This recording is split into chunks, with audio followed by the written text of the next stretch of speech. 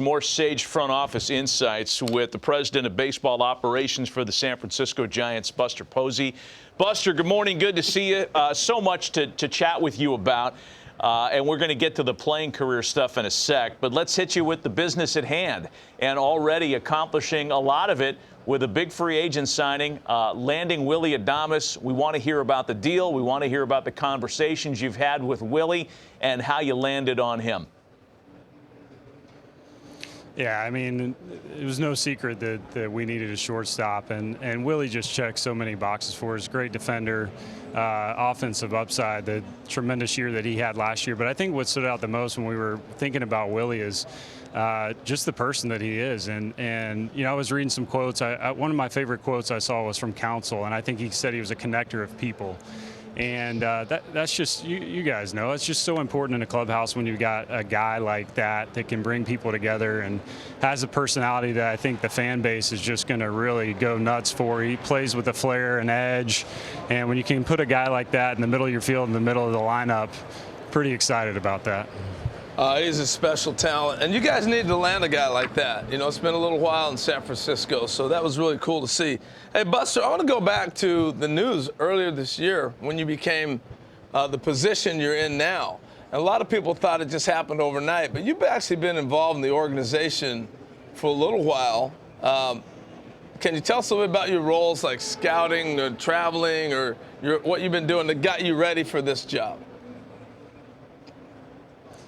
Well, I mean, you know, from a scouting perspective, it's not a traditional scout role, right? But as a player, as a catcher, you're kind of scouting all the time. Now, I think that's where the tremendous value in the team that we already have in place, that when I started looking at this, I felt comfortable because I knew I'm going to have blind spots. And with the group that we have, I felt really comfortable right away that we were covered. Bringing a guy like Zach Manassian on board who, you know, he was on a couple of days ago or yesterday here and just highlighted his personal journey here. He's been in clubhouses forever. He knows players well, and I got that sense when we were talking to him. But I've just been blown away with just like the Rolodex of players that he has in his mind and his ability to you know, evaluate those guys and then put them into context and potential deals. You know, of the number of phone calls you got, who was the loudest? Was it Peavy or Pence when they called you? Oh, man. No, it's been fun. It's been fun talking to all the guys. And, you know, I mean, I think one of the most enjoyable things so far for me in this role is bringing a little bit of the vibe that you have in the clubhouse to the front office. And when you're with the group, it's just mixing it up with them. You know, it's poking fun a little bit at them, and hopefully people get comfortable enough that they can start to fire back some. And I mean, that's, you know, it's ultimately, I think when you're doing anything in a team setting, you can ask players. That's the stuff you remember. It's the conversations, it's the camaraderie, and hopefully that's something we can create in the front office as well. You know, from your last year playing, Buster, and we're going back, you know, a little while here, not that long, but a little while, to now, where have we collectively as an industry, what are we missing? Where have we lost our way? And that has nothing to do with your agenda with the Giants, just asking you big picture here, a baseball question. What's changed for the worse, and how can we fix it?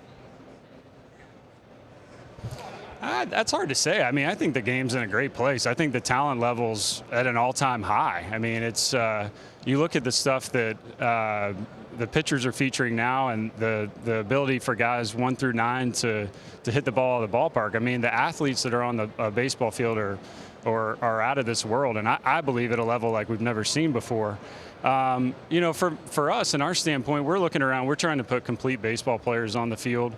And guys that just have a knack for getting the job done when it matters most. And I think, again, getting back to Willy, that's the reason we were excited about him. He seemed to be a guy that thrives in the big moments. You put him alongside Matt Chapman, same thing. A guy wants to be on the field every single day.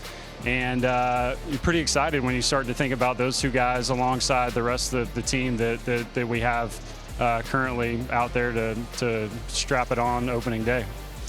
So Bruce Bochy was notoriously tougher on catchers until you came along. We just saw Patrick Bailey on that So he says. projected lineup list. You, as a former catcher, 2 questions. Do you have to kind of bite down a little bit and swallow it when you want to be harder on a catcher because you did it at such a high level for so long? And the second question is, pitch comm, which is something you never benefited from, would that have detracted from your superpowers, do you think, or is that something you would have liked to have had during your career?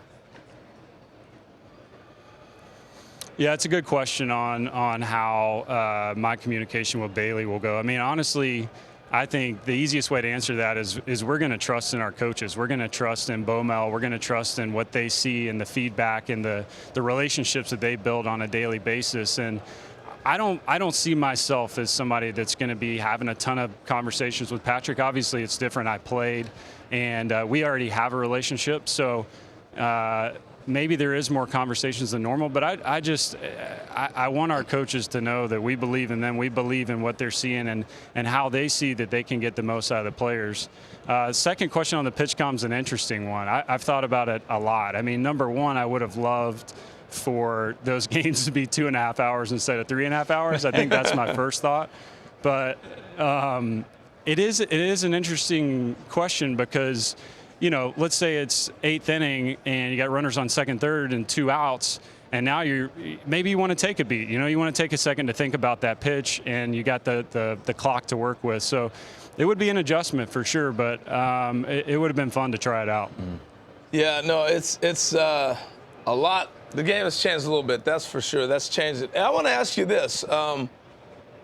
I love how you talked about the camaraderie you're building in the front office and giving them a feel of a team. When Buster Posey looks at the Giants, you look back at your winning years, World Series championship teams, what was the ingredient that was happening then that you would like to see in the Buster Posey Giants that you're trying to build back now? I think it started. I think Boch did a great job of setting that tone. You know, a phrase he always used was checking your ego at the door. Look, you're a big leaguer. We're all going to have egos, right? Like I would venture to say most people in this industry do. So if you can get a group of people that has the ego enough that they're confident in their abilities and they have conviction in making decisions, but ultimately are going to act and think in the best interest of the San Francisco Giants, I think that's all you can ask for. You know, it's talented people on the field, it's talented people in the front office, but ultimately, if collectively our biggest goal is for the success of the Giants and we can put aside personal stuff, I think we're going to be in a good spot. Buster, we got to let you run, but I got to hit you with this because we're doing this with everybody here. Golf foursome. Oh, great! You got to kick. You got to kick one guy out of your group. It's you. It's Madison Bumgarner, Hunter Pence, Jeremy Affeldt. Who hits the road? I mean, the easy one's Affeldt just because he's typically the guy we beat up on. I gotta keep Pence in just because I really want to see. I haven't played golf with him. I'd love to see how that baseball swing translates to a golf swing. But I'm going to kick Bum out for no other reason, just because it'd be fun to kick Bum out, and I'd like to see his reaction. Give me a reaction. All guys we love. That's why we put that group together for you. We appreciate the time, Buster. Happy holidays to you and your family. Best of luck with the Giants this year.